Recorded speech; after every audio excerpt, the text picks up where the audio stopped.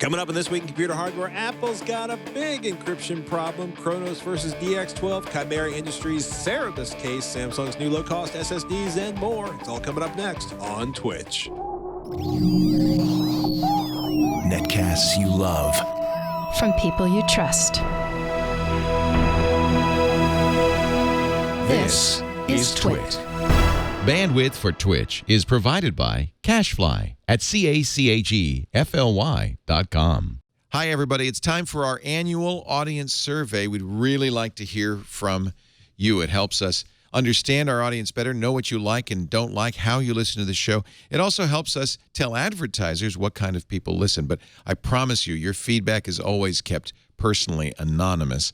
All you have to do is visit twit.tv/survey and let us know what you think. It'll just take a few minutes, and it'll help us make Twit even better. We really appreciate your support and any help you can give us. twit.tv/survey.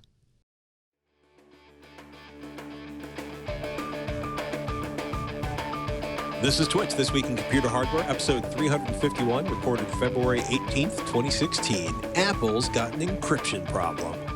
Welcome to Twitch, This Week in Computer Hardware, Twitch's weekly show that aims to bring you the most useful, most engaging, most delightful, and apparently, judging from my tone of voice, most confused news about computer hardware and mobile.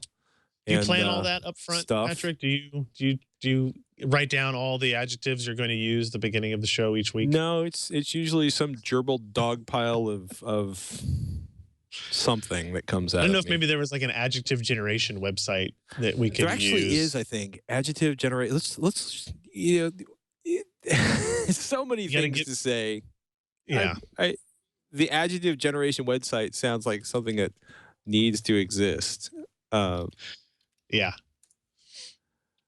I'm sure it's there. We found a pun generation website that we frequent a lot when doing writing. So I just want to know why the Cambridge Business English Dictionary shows up when I search for adjective generation. Or maybe that's the dictionary that generates all those horrible words misused on PowerPoint presentations. We should talk about technology. Not that language isn't a form of technology, but that's a little metaphysical for us. Interesting battle brewing over encryption. Scott's got a good write-up on PC Per about this. I think everybody has a pretty good write-up about this. I'll talk about my favorite tweet about this in a few minutes. But it's interesting to look at the arguments over whether or not Apple should develop a tool that will allow the FBI unlimited opportunities to figure out the password for an encrypted iPhone owned by the San Bernardino gunman, primary San Bernardino gunman. And this is an interesting, as with most things involving anything involving politics in America these days, I think this has devolved pretty considerably and almost instantaneously. But it's an interesting argument. This, is it more important to break encryption and privacy or create opportunities for the breaking of encryption and privacy for law enforcement? Or is it more important to give people privacy? I may be oversimplifying. I do that sometime. But if you haven't read Apple's open letter about encryption, it's probably pretty important. You could argue that it's a delaying thing. They were just trying to look good for their customers. But this is really, really, really core. When you look down Apple's closing statement, while we believe the FBI's intentions are good, it would be wrong for the government to force us to build a backdoor into our products. And ultimately, we fear that this demand would undermine the very freedoms and liberty our government is meant to protect. And you could also argue there's so many things, nationally and globally. If the United States government can ask them to create a backdoor, can every government ask them to create a backdoor? And I think that probably is how it would work out. And do consumers, do customers, do people have a right to privacy and secure communications? And does creating tools like this, which, the head of the FBI and various and sundry I'm going to be obnoxious and say publicity-seeking DAs have come out very publicly saying that it's ridiculous We have there's a warrant here. They should give us anything we ask for in a warrant. And it's boy, it's getting messy and it's getting ugly. How are you feeling? What side of this are you falling on? You know, to me, it was we had a lot of discussion about this at the office yesterday. It was a very to me, it's a very difficult decision to make, both technologically and then from the standpoint of what makes sense from a law enforcement's point of view. I kind of tend to believe that probably the way it's being presented now is a dangerous precedent to be set, but maybe there are ways to have this occur without it being a dangerous precedent, such as not giving a tool to the FBI that will allow them to unlock any number of phones, but instead having Apple unlock this one particular phone and then give the resulting product back to the FBI. Thus, any backdoor that exists for the software only exists inside the company that actually already manufactures the device, which in theory should be the only company that even would have the capability to create that in the first place. So I think that's like an option that I don't know if that's something on the table between these two parties or not. But obviously from a corporate standpoint, a customer viewpoint, Apple needs to make this their position public and well known and put it out into the media and make sure people are talking about it, because it is an important topic and they think it's very important. And you know, part of me is very much on the side of, hey, like, I'm glad to see a company taking a stand and doing something that the wireless carriers did not do, right? When all that was going down, right? So I don't think we had anywhere near this much publicity or discussion about what was going to happen through Verizon, AT&T, T-Mobile, et cetera, except till after it did. Yeah, and after it did, you know, you could also argue whether or not any of that would have as public as it did had not Edward Snowden committed an act of treason and made a whole bunch of documentation public that was not supposed to go public. And that's a you know, and Americans were shocked, in many cases dismayed, and somewhat horrified to find out the amount of information that was being kept. It's an interesting argument, right? Because, you know, essentially. You know, it's frightening to consider the government, you know, taking everything. Now, you could argue that you know, and there's a very clear case. There's due process involved here. There's warrants involved here. So it's not like they're going through willy-nilly. But I think one of many privacy enthusiast concerns, or one of the concerns is that when tools like this are created, they're very rarely only used when they're supposed to be used. You know, it was, you know, Senator Tom Cotton from Arkansas, who's really been beaten on Tim Cook with a stick for, I don't know, a while now. He repeats some of the language he did back in December about encryption, and you know, he got even more blunt on his statement on Apple's refusal to obey a judge's order to assist the FBI in a terrorism investigation. Senator Tom Cotton made the following statement: Apple chose to protect a dead ISIS terrorist privacy over the security of the American people. The executive and legislative branch has been working with the private sector with the hope of resolving the going dark problem, i.e. the privacy problem. Regrettably, the position Tim Cook and Apple have taken shows that they are unwilling to compromise, and that legislation is likely the only way to resolve this issue. The problem of end-to-end encryption isn't just a terrorism issue. It is also a drug trafficking, kidnapping, and child pornography issue that impacts every state of the union. It's unfortunate that the great company Apple is becoming the company of choice for terrorists, drug dealers, and sexual predators of all sorts. Yeah, that's really harsh, right? Like, yeah, it's really harsh, and it's also it's self-serving because there's some pretty good encryption available in Android, and you could argue whether or not you know, his basic statement is that, you know, there should be backdoors into everything, and we should have the keys to them because we're the government and we're trustworthy. Right. Sure. Of course. Yeah, I mean, a lot of this discussion gets a lot into politics and political science, and less on technology. So I don't know how much longer we want to talk about it. But for me, you know, a lot of it is they got a warrant to look inside this device. So there's some valid arguments and some legal precedent for this to absolutely. occur. They're not enabling what, you know, like if this were a discussion of, hey, can they access your phone without a warrant anytime they want? That's a totally different discussion. If you want to debate the validity or the practices of how easy or difficult it is to get warrants in this country and whether or not they're all valid, that's a totally different discussion than the debate of if once you have a valid one, how aggressively can you pursue it?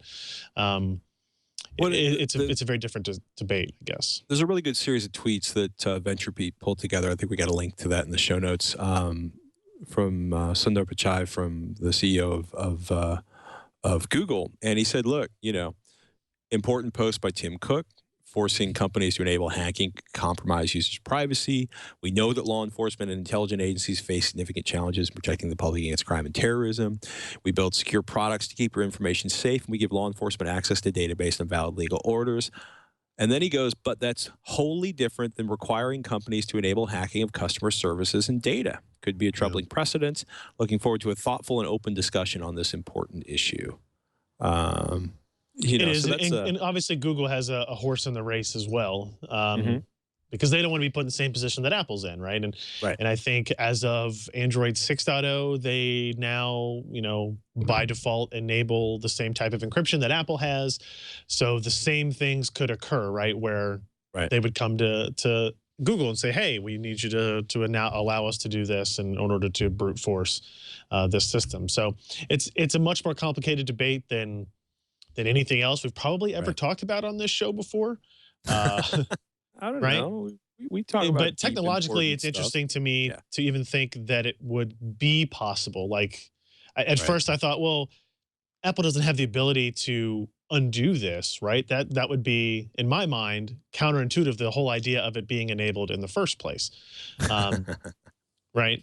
But based on the nature and discussions I've had with other people and guys at the office here, it's like the nature of being able to have a firmware that you can update, right, enables this capability to some degree.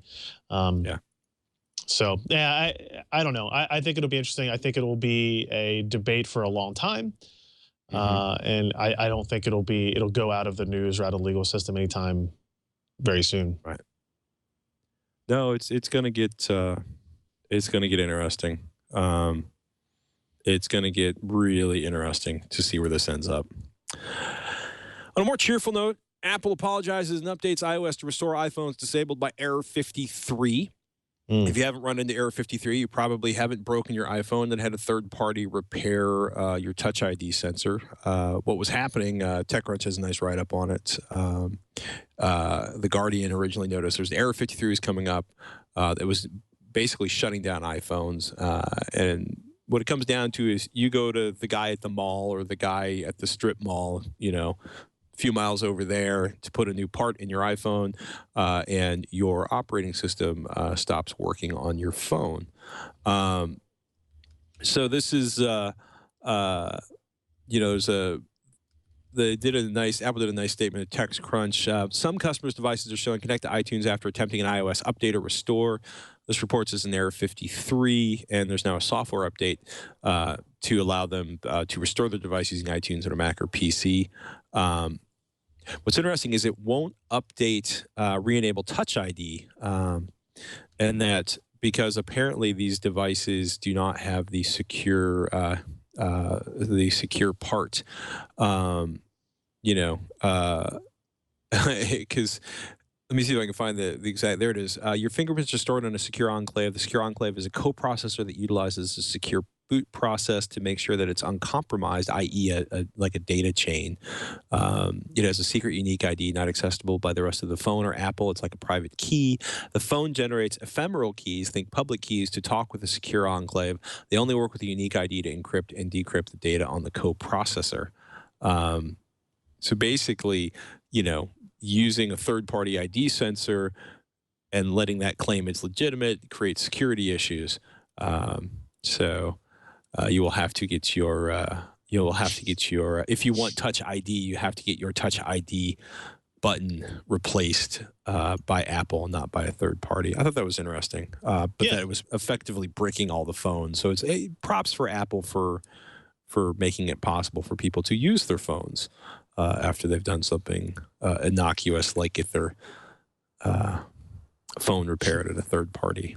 I don't know. I thought it was nice. I just thought it was a little lighter, a little more core to the show than discussions of the other stuff we were talking about earlier.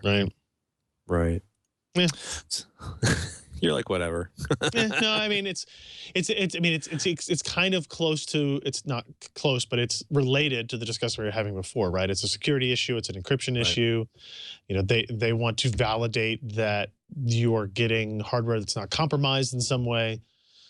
So I see the benefit of that, but obviously we see the drawbacks to it, right? Which is what brought up the issue in the first place. So many issues, so little time.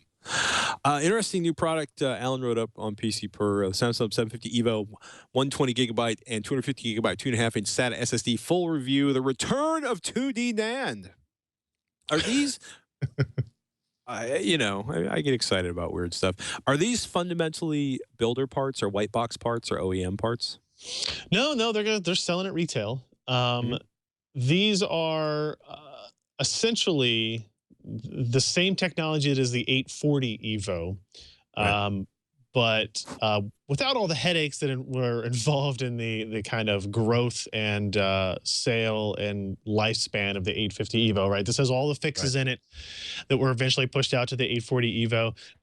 It's using 2D planar NAND, so it is kind of, it's older technology in terms of its flash memory, but it has no real changes to, you know, performance. Like, it's a little bit faster than the 840 EVO, but not substantially. It's a little bit slower than the 850s, right? But again, we're talking about SATA SSDs, right? They're still your 2.5-inch form factor drives, you know, over 500 megabytes per second reads and writes. But what's unique about these is that they're only going to be sold in two capacities, at least that's what we know of, 120 and 250 gigs, so the small capacities. And this will, Samsung's actually going to drop the small capacity, the 120 of the 850s, the 850 EVO, in favor of this.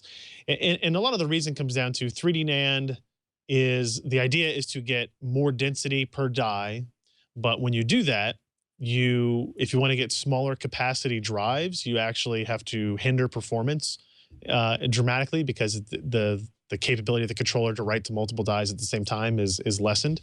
And then, because they're basing this off of process technology that's a little bit older, production lines that are older and well established, and they're just kind of like, hey, we've got all this remnant inventory of stuff, what do we do with it?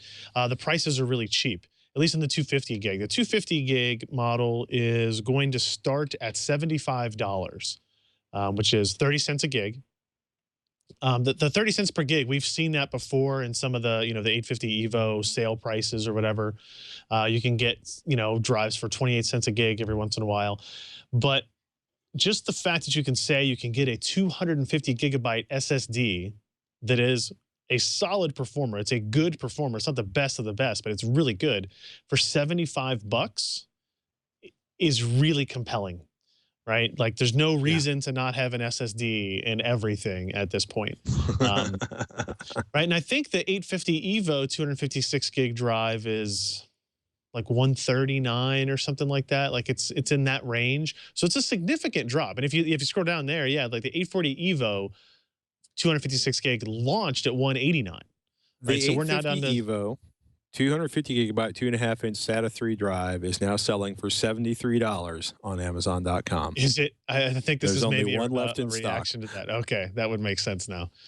But But the 500 gigabytes is $150, so it's these are all pretty cheap. Right in line. And keep in mind that these aren't for sale yet, so they're not actually in the market. 30 cents is the MSRP. We expect it to drop below that relatively soon, as all of Samsung's SSDs tend to do.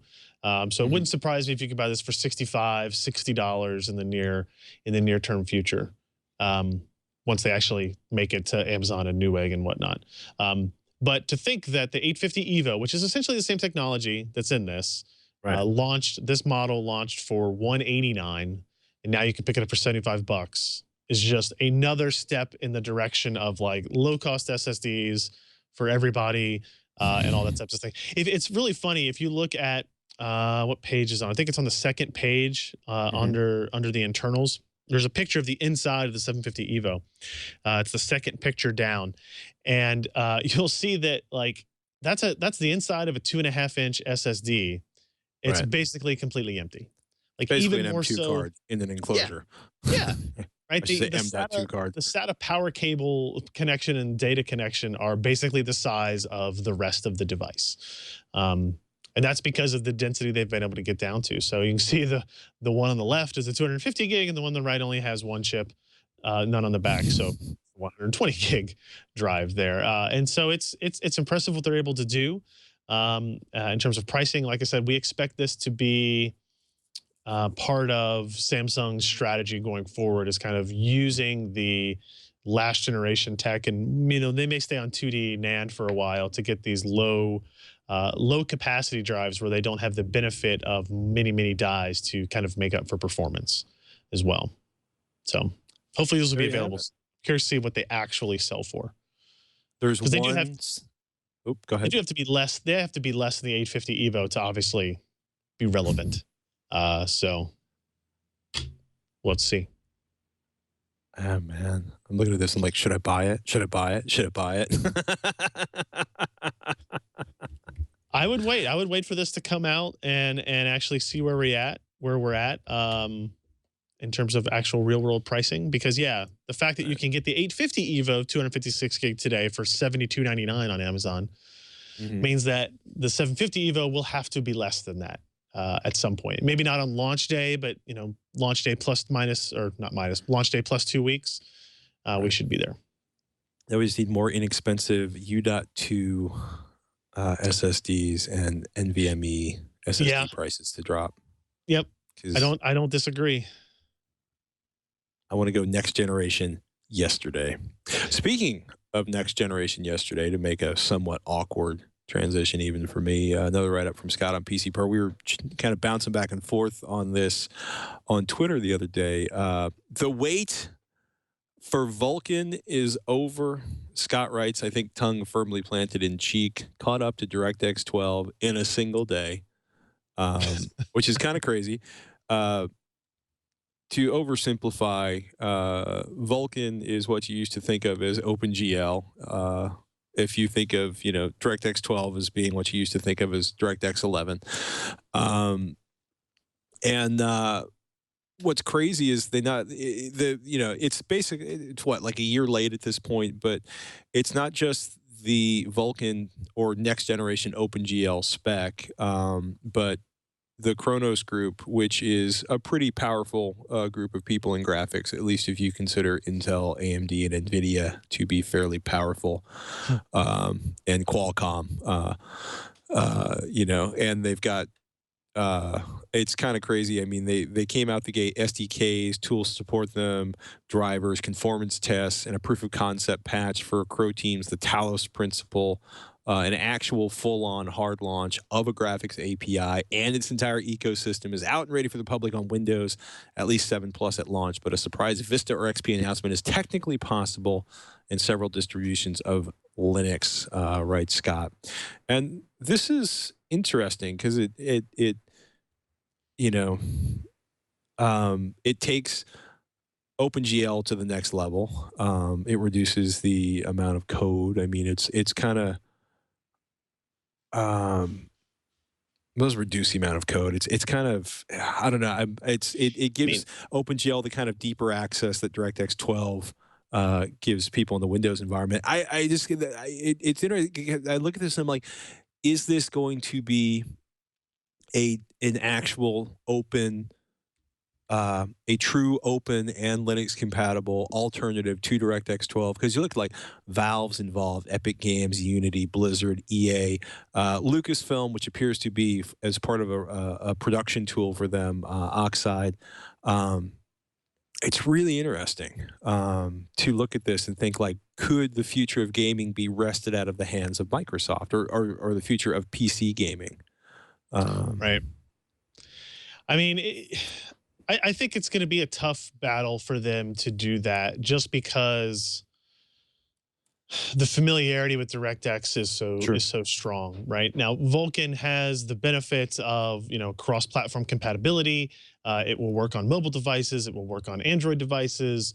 Um, but OpenGL has done that already, right? OpenGL has been the default API for Android devices and Linux for a long time. And Vulcan is, a lower level API based off of Mantle that offers a lot of the same capabilities and features and performance improvements Yeah. and developer improvements as DirectX 12, but DirectX just has this weight to it from the industry. Windows is where gaming on PCs happens, despite Linux and SteamOS. They're kind of small inroads into all that. I like to see the openness. I like to see the alternative out there, right?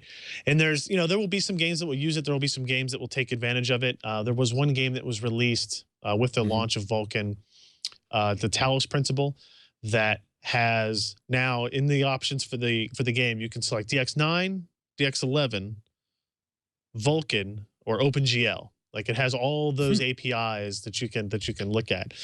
Early performance results show that Vulcan is behind the DX11 implementation in terms of total performance. Not totally unexpected, considering the 1.0 aspect to it, and kind of, drivers haven't been optimized. There haven't been a whole lot of time spent on it. But it was interesting to see that the benchmarks that I saw, I think it was computerbase.de that did these, show that, under DX11, a 980 Ti is faster than a Fury X, but under Vulcan, a Fury X is faster than a 980 Ti. Now, because both of those scores are significantly lower than the DX11 counterparts, you don't really know what really to buy into that. Is that just early drivers from both sides? Is there some fundamental difference in the architecture at this point using these lower level APIs? And keeping in mind that Vulcan is based on Mantle, which was an AMD created API, you kind of expect them to have an advantage out the door. But we just don't know how long that will progress, or how long it will maintain, I guess, through it. So it's pretty interesting. I downloaded Talos Principle, downloaded a couple of the demos and stuff just to see it up and running. But much like DirectX 12, all of the stuff we have seen up to this point is still like in beta, or it's, pre-release games or pre-release engines. And we don't really have, Ashes of the Singularity is kind of that first, is kind of the closest thing to an actual game out there, right? It's a, what do you call it? Early access title on Steam that has DX12 support, and they've promised they'll add Vulcan support, but it's not in there yet. So we just need to see more of that before we can really even start to have a conversation about whether or not the release of Vulcan is a success for gamers and game developers or platforms or whatever. But it has all of the makings to be that, if game developers bite into it. Do you think this was primarily a desperate, intense effort of AMD and NVIDIA and Intel to decouple the sort of future of graphics from Microsoft? I don't think so. Primarily, no? No, because you got to remember, like, the heritage of OpenGL has been there forever. And so remember when Mantle was developed, Mantle, the AMD API, there was nothing else on the horizon. We didn't know about DirectX 12. We didn't know that it was going to target low-level APIs. We didn't, know anything about it. AMD kind of went out and did this on its own. They kind of pushed forward with it. And they got beat on a lot for it because it took a lot of their resources. It took a lot of their software engineers. And it didn't turn out to be a super successful thing for them in terms of selling GPUs, because only a couple of games came out that supported Mantle. I think NVIDIA would have been perfectly fine with DirectX 11 continuing forward, if only because they had such a huge advantage over AMD on the driver side with DX11. I think DX12 is more of a reaction to Mantle, and then Vulcan is a reaction to, well, as it turns out, now that DX12 is going to be a thing, a vendor-specific API like Mantle is just not going to survive. It's never going to Right. be a viable option. So let's donate this to Kronos Group, have them create an industry standard API that will then be the successor to OpenGL across multiple platforms, Android, Linux, Windows, whatever. And it's kind of born from that. I don't feel like it's like the Vulcan community even has it's us versus Microsoft mentality. I think it's more of a look, DirectX 12 is not going to be on Android. It's not going to work on Apple devices. It's not going to work on Linux. Right. So we need to have this other option out here. OpenGL, OpenCL, Vulcan. It's all part of that family of products. I don't think it's going to kind of shift away from that. Okay. I may have been seeing conflict where there was no conflict to actually be found. Just delivered Excel DisplayPort 1.2 to HDMI 2.0 active adapter. This is interesting. It's a really simple concept. Yeah. How do you connect your AMD R9 Fury 10X to a 4K television if the television doesn't have DisplayPort? Or how do you connect your computer to an HDMI 2.0 TV if your graphics card doesn't have HDMI 2.0? Right. Which if yeah. Or to your 4K television, but yeah, right. And this is the answer. Have you guys had a chance to test it yet? Yeah, I mean, as far as the testing goes, yes. We've connected it to a 4K HDMI 2.0 television, and it works. It shows up as 4K 60 hertz, which is really the key there, the 60 hertz capability.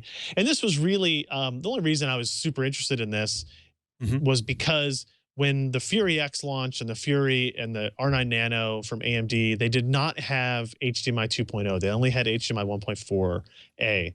And they launched after NVIDIA's Maxwell 2.0 parts that had HDMI 2.0. So it was a feature they were lacking.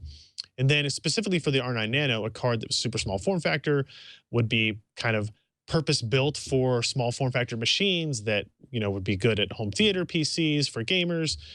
Not being able to output and connect and drive 4K 60 televisions, whether or not that's for gaming or just 2D or movie playback, right? Was disappointing. And they talked about, well, these adapters are going to be out there.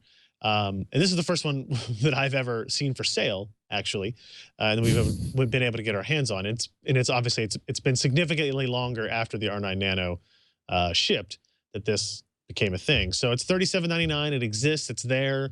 If you have a system, if you have one of those R9 Fury cards, or you have an R9 300 series or an R9 200 series, or even if you have a GTX 700 series or 600 series part, as long as you have DP 1.2 support, DisplayPort 1.2, you can now drive an HDMI 2.0 television, or HDMI 2.0 display of any kind, I guess.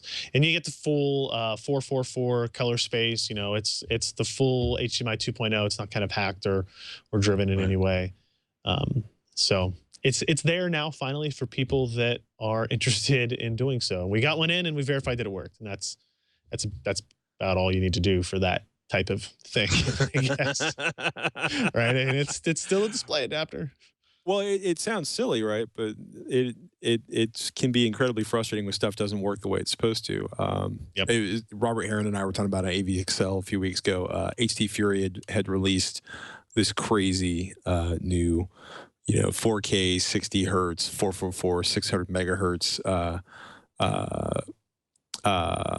device that will allow you to play around with HDMI 2.0a. HD Fury being the company that makes the boxes that essentially break HDCP, or I should say fulfill HDCP requirements for HDMI, taking content from HDMI devices to non-HDMI devices, for example. So if you have a $40,000 projector, you can connect Blu-rays to it. But it's interesting to watch these sort of fringe products showing up on the edge of displays. Although I will say, apparently some of the latest BluRay encryption now breaks my AVR. I'm still trying to sort that particular problem out. because to say the very least, it's deeply maddening to get a giant, to buy a new Blu-ray and get a giant array of fuzz where an actual functioning video display should be. More about that when I figure out what the actual cause is. Although I'm you know, it doesn't seem to be an individual HDCP port, and it's not the individual Blu-ray player. So something strange and painful is going on in the world of Blu-ray for me. Really beautiful case. Really confusing name for me. Cerberus, three-headed dog, projector that gates to Hades. It's a micro ATX case made in the USA, crowd-funded. This is Chimera Industries, and they are going to fund this beautiful case via Indiegogo. And it is a densely packed system. If you scroll down, look at how tight that fits.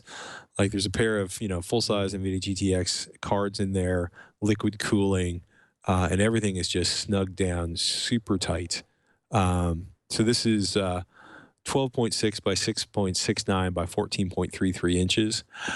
I have a case that's smaller than that, but I cannot fit 2 full-size cards or water cooling inside of it. They're saying it's going to be made from 20-gauge steel internally, 18-gauge steel panels on the outside. It's going to weigh 11.68 pounds.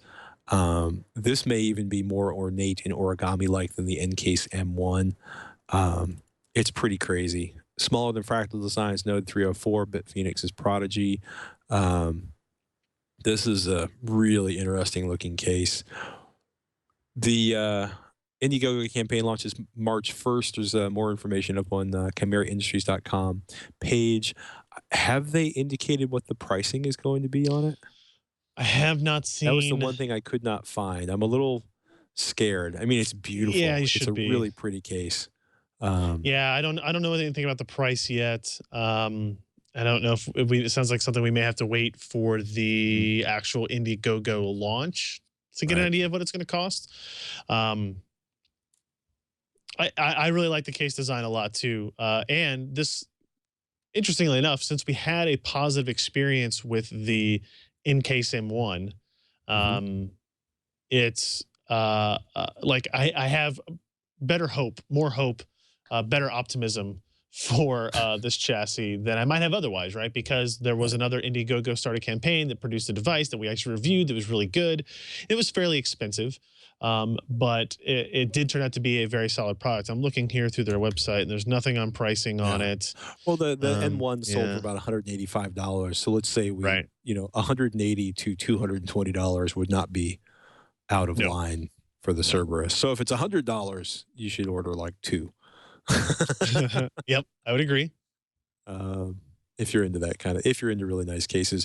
I will say it's been, having built a couple of mini ITX cases in the past few months, it's amazing to realize how densely populated a case can get.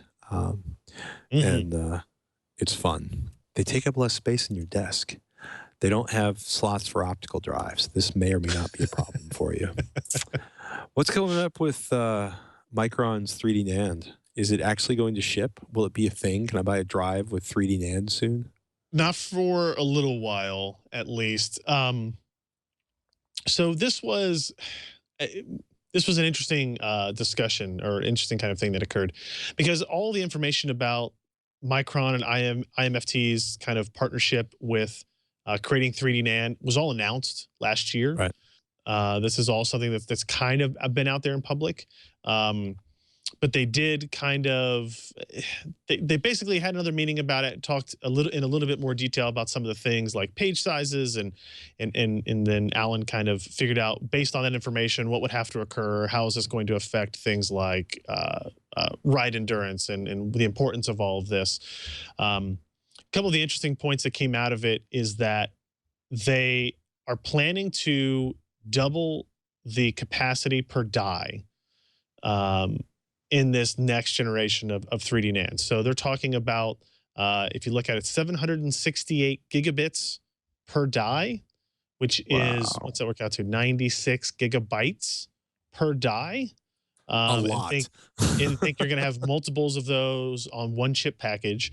So you're talking about, maybe 4 of those to 8 of those on a single package. So you're talking about 350 to 400 gigabytes per memory chip that you actually see on an SSD. And this is really where you get into the possibility. We don't know anything for sure. We don't know about pricing. We don't know about performance. But you would think that once they get that moving, this is how you get into more dramatic cost benefits for consumers on solid state, right? Is, you know, you're gonna remember how we talked about the 750 Evo being an issue about, you know, how, you got to make a 120 gig drive. Well, if one of your memory chips is 350 gigs or 400 gigs or something like that, it's really, really hard to make a 120 gig drive cost effective. So, you know, you would expect to see this in, like, you got to have a 1 terabyte drive for this form factor or for this memory technology to really even make sense. And for normal drive types, whether that be 2.5 or M.2 or anything like that, which is good by me, right? Hey, if we have to start at 1 terabyte and we get 2, 3, and 4 terabyte drives that lower the cost per gig, so that we can get closer to the day of not really needing spinning disks in the near term, I'm all for it. And the idea of getting a 768 gigabit die sounds really impressive. Sounds really impressive. And essentially, like, this information's, you know, from 10, 11 months ago, where they talk about the 3D NAND stuff, just about how Micron is doing it. This is similar to what Samsung's VNAND is, you know, vertical stacking of the flash of the silicon to get these types of capacities and performances.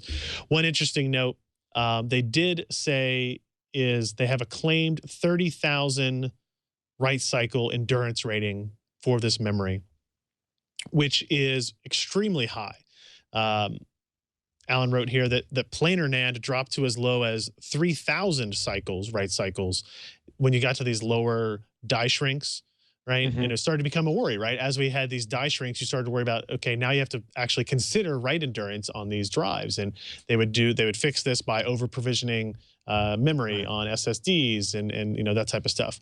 But they've been able to, through process technology and just design, improve the write cycles up to 30,000 for this stuff, even though it's incredibly dense.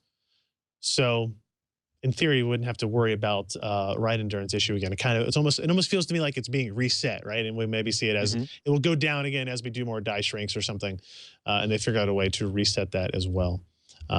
So no announcements of products or availability or pricing or any of the stuff that you really want to know about. But I'm still pushing towards that 10 cents per gigabyte by the end of 2016 on a consumer drive.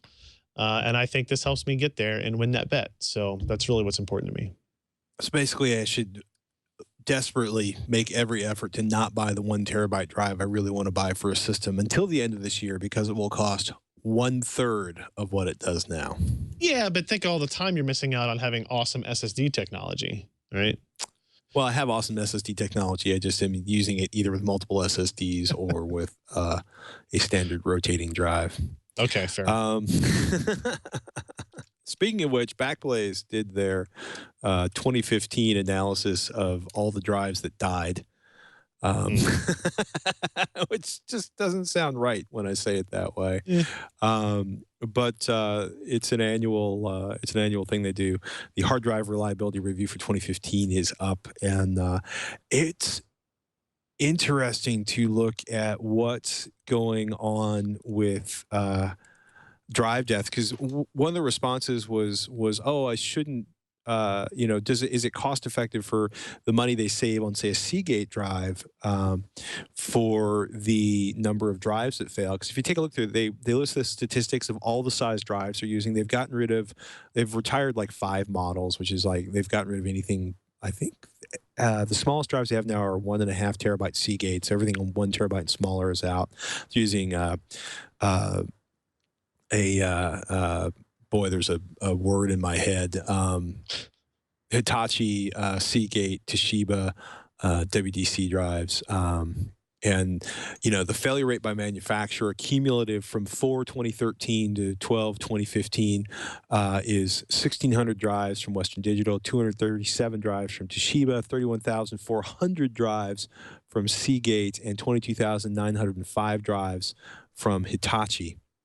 Now, to put that into perspective, that's 7% of the Western Digital drives, a little over 3% of the Toshiba drives, just under 4% of the Seagate drives, and really pretty much 1% of the Hitachi drives, the HDST drives.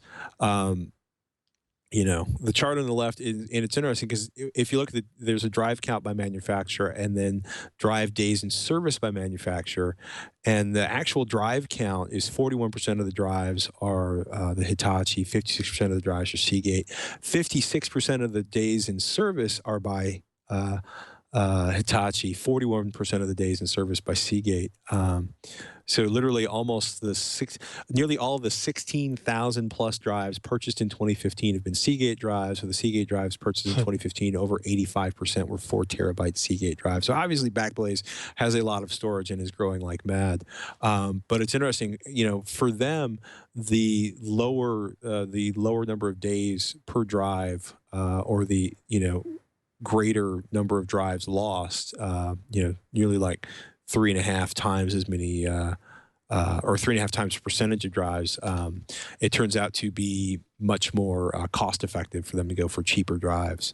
So I don't know how I feel about how this translates directly to drives I want to buy. So personally, if I'm looking at the failure rate for 4 terabyte drives, I want to buy one of the Hitachi drives, or I want to make sure I, like Backblaze, have a really good backup program in place so that, you know, all of my data is backed up. It's an interesting article. It's an interesting way of mathematically sort of analyzing what's going on with drive failure rates and how a large organization consuming 16,000, you know, plus drives in a year, how they look at the costs associated with drive failures. I liked it. I'm into that kind of thing. I'm always interested in that kind of info too. Quantum Break will require Windows 10 and DirectX 12 because, okay. So this is a game, a first-party game developed for the Xbox One originally, and then last week Microsoft announced it coming out for the PC, and people are like, "Wow, that's really awesome!" And if you look at the visuals for the game, it's actually pretty stunning. But they released the system requirements. It lists specifically that it required Windows 10. And then they announced that the game was going to use DirectX 12 exclusively, and thus you could go, oh, and now you know why they required Windows 10, because Windows 10 is the only OS that has DX12 support in it. And then they also announced that it would only be made available on the Windows Store to boot, which swung people back the other direction, thinking that it was really just a ploy by Microsoft to get people to adopt Windows 10 and use the Windows Store, as opposed to putting the game on, you know, PC gaming distribution platforms that people actually utilize, like Steam or Origin, for that matter. Nobody buys games. Nobody buys games from the Windows Store, right? So this is going to start that trend, man. I don't think it will. I don't think it will. It's disappointing to see, right? Because obviously, like, if you read the comments on our story, people are complaining about, you know, they could have written this game for DX11, they didn't need DirectX 12, or hey, they could have ported DX12 to Windows 8 or Windows 8.1. They didn't have to make people go to Windows 10 to get DX12. And then obviously they could have released this game on Steam as opposed to Windows Store. All of these are like probably valid complaints. And the debate is whether or not these are technical reasons for these requirements or if they're business reasons for these requirements.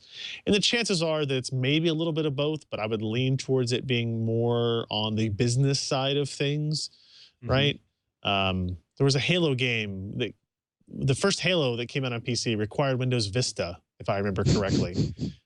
And nobody wanted to move to Windows Vista, but they still released the game, and it was only available on Windows Vista. And so there's something of that in this announcement as well. But the game does look very cool, and the visuals and stuff look pretty impressive. So regardless of whether or not you decide to play it on an Xbox One or on a PC with Windows 10, that's up to you, I guess. Make your choice. Choose your operating system and understand that Quantum Break will not be available if you choose wrongly, whatever that means. The Ann Lee's PC7 retro case design with modem modern features. That's a brain fart if ever I had one. It's a case. It's got optical drive bays. It's a really clean design. And, you know, you don't have to sort of pretend you've spent your life packing incredibly intricate chips into bottles to assemble a case and assemble a PC in a case like the Ann Lee PC7N, because it has all of the space you need, which is doesn't it look like something from like 2002 though? Like that's when I got this email, this press release in my email. It's like, wow, this looks like a case that Ann Lee would have made back in like 98, 99, 2000. Oh, it's retro, man. They're ahead of the curve. It The is. It's funny because the little, I mean, one is a PC case. It's a freaking box. Like, Sure. you know, they could have gone for 87, you know, by you know, painting it, you know, hospital wall beige and going for that, Right. that, you know, old IBM aesthetic. But I don't know. It's a case. That It has all a lot silver of interior. You know, it's I There's no like it. I window in think the it looks, side. no, none of that. None of that's too flashy for this. And just by looking at it, I can't tell obviously until I see it, but it looks Right. like it has the feel of the Ann Lee cases or the Cooler Master cases that I remember using back in the early a child. 2000s in terms of just the feel of the side panels and the steel Right. construction and all that. You know, it looks looks like it has interesting. good cable management, a Yeah. ton. Like if I'm looking at this correctly, it's like 1, 2, 3, 4, 5, 6, 7, 8 drive slots, Yep. 2 5.25-inch drive slots, and plenty of room for cooling and radiators. So that's a plus. Yeah. That's a plus. PC7N. PC7N. You get but people who aren't watching the video version, just look it up. I'm curious to see what your opinions are. If it looks like an old school case, Right. for whatever that means, I guess, to everybody else. Does it seem retro light? Yeah. Yeah. Oh my goodness. Cable boxes may or may not be changing in the sense that you may be able to bring your own cable box to your cable service that might even integrate things like, network streaming or over the air, i.e. What? TiVo. Yeah, it's crazy. And a radical, unexpected 3-2 vote, writes Colin Letcher up on The Verge. The FCC has decided to move ahead with a proposal that could drastically change the cable set-top box industry. Or not, because it's really early, and every cable company on the planet is going to fight this tooth and nail because cable box rentals are money that they're not going to let go of. But basically, the idea is FCC Chairman Tom Wheeler has proposed that anybody be able to build compatible cable boxes, which given that the cable boxes are specs, I'll be really curious to see how this works out. FCC Commissioner Clyburn said at the meeting, or noted at the meeting, that more than $200 per year is spent on set-top box rentals, I believe, by the average household. So, you know, against it, some, Commissioner Ajit Pai said this is just changing one complex regulatory scheme for another. Wheeler says it's not complex. We're still looking at months before this even becomes something that's going to be finalized and voted on. Expect every cable manufacturer and lobbyist to be against this because money. Or because it's complicated and creates a more difficult end user experience that we as cable professionals believe will take away from the end user's joy in watching video. I don't know. I'm always up for anything that opens up the opportunity for me to not have to rent something. But this is I'll be curious to see how this evolves over time.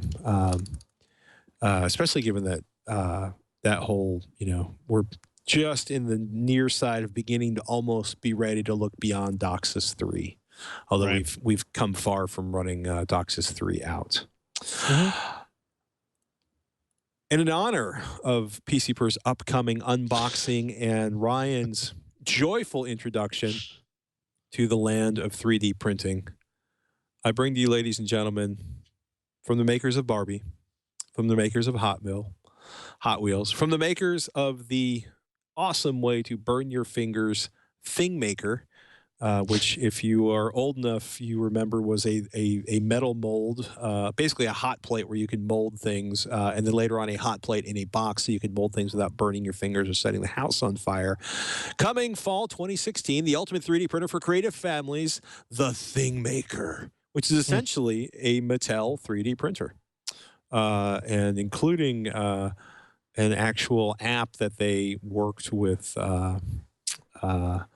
The ThingMaker, the ThingMaker design app, which is, you can download it right now on iOS or Android. It is extremely early in the app design, but they got together with oh my goodness, I have no brain. MakerBot? Autodesk? Autodesk, thank you. There you go. Sitting there, I'm like, I drove by the Autodesk building like every day of my life for several years. And Autodesk is doing some amazing stuff to bring 3D modeling tools and make them more accessible. I'll be really curious to see how this turns out, and what because right now you look at the model, there's some sort of robots you can play with, and a necklace design and some other stuff. But the idea is that you're going to be able to assemble figures, accessories, dragging and dropping parts together. So it is a really interesting, really interesting premise. Yeah, $300 is the price. It looks like it's, which is, given the scale that Mattel could bring to this, and the fact that we're already seeing a bunch of $300 and $400 $300 and $400 3D printers out there. The thing for me is looking at this is this is either going to bust. And especially whether or not you can print to it with things other than the ThingMaker design app, or if they enable the ThingMaker design app to do all the sorts of design things you can do with a full design app. But I look at this and I think this is either going to be amazing for 3D printing, and 3D printing is going to become incredibly common, or this is going to shove 3D printing right back into the far side of the maker garage where it's been for the past few years. So $300, not a huge print volume, but a pretty cool concept. I'm very curious. I love this. This is in my view as a new parent, like the next generation Legos, right? Where, okay, yes, you got sent Legos and you can make things out of Legos. Now you can build your own Legos, specific sizes and shapes to build. We're going to revisit this particular moment in the conversation next week after you've tried to print your first 3D model. Okay, fair. Yeah, I'm just gonna lay that out there, because 3D printing is, I totally, utterly, completely agree with you on that. It sometimes does not work as smoothly as one would like. That's all I'm gonna say. But I'm excited to see where this goes, and I really hope it works well out of the box. Please ship it with functioning firmware. That's all I'm asking. That's all I'm asking. That would make sense. Yep. Pre-order it now, delivery in the fall. Probably the coolest thing I think it came out of the Toy Fair this year. With that, ladies and gentlemen, we have to wrap this episode of This Week in Computer Hardware, because Mr. Shrout has an engagement and I have to eat lunch.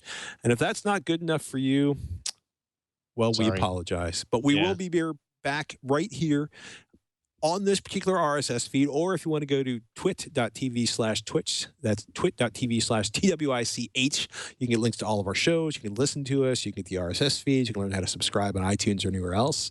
You can tweet at Ryan Shrout or at Patrick Norton if you have a question. I'm playing around with some of my first multi-user MIMO routers, which is interesting. I forgot how fraught network testing is. It's a pain. It's always exciting. Yeah, it's a pain. It's cool. It's a pain. You learn things. Then you learn that the thing you thought you learned isn't the thing you thought it was going to be. But it's interesting. I mean, on the upside, Robert Heron has a couple of 4K televisions in here, so I actually have the opportunity to put a vicious load on an actual real world vicious load on a router. But it's always fun and exciting. But so yeah, check in with Ryan this week at PCPro.com for the 3D Printer Extravaganza Part 1. And if you get a chance, do me a favor, go over to TechThing or YouTube.com/TechThing and check out our latest video where we talk about the answers to a lot of questions from people, including no less than 9 alternatives to Picasa, which is being turned off by Google because they're done with it. And if you don't think Google Photos is the way to go, we got you covered. And we have other stuff in there too. With that, ladies and gentlemen, I'm Patrick Norton. I'm Ryan Shrout. We'll see you next week on Twitch.